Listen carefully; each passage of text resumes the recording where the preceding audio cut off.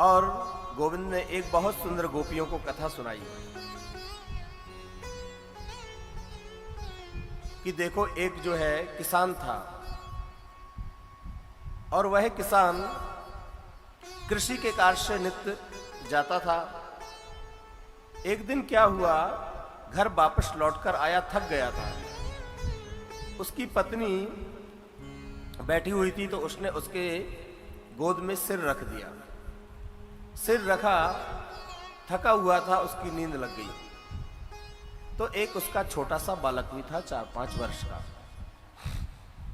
सामने ही एक हवन कुंड जल रहा था, अग्नि कुंड था। अब उसको लगा कि अगर मैं अपने पतिदेव को सुलाकर रखती हूं तो ऐसा ना हो कि मेरा बालक इस हवन कुंड में गिर जाए, और मैं बालक को पकड़ती हूं तो मेरे पतिदेव की नींद टूट जाएगी, तो मेरा पतिव्रत धर्म नष्ट हो जाएगा।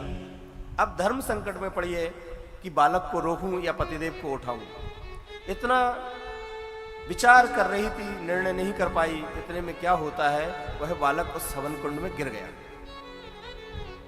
जब बालक उस हवन कुंड में गिरता है तो गोपी ने जो है, उस माता ने अपने नेत्र बंद कर लिए। हे ईश्वर, अगर मैंने कोई सत्कर्म किया है, अपने पतिदेव के अलावा अगर मैंने स्वप्न में भी किसी के विषय में विचार नहीं किया, तो मेरे बालक का कुछ नहीं होना चाहिए। और कहते हैं नेत्र बंद करके बैठी रही, और उसके पति की कुछ समय बाद निद्रा टूटी, और जैसे ही वह उठा तो दौड़ती हुई गई उस हवन कुंड में जाकर के देखा तो जो आग के अंगारे थे वह गुलाब के पुष्प की तरह उस हवन कुंड में थे, और उसका बालक सुरक्षित था। इस तरह से गोपियों को भगवान ने पतिव्रत धर्म के विषय में बताया।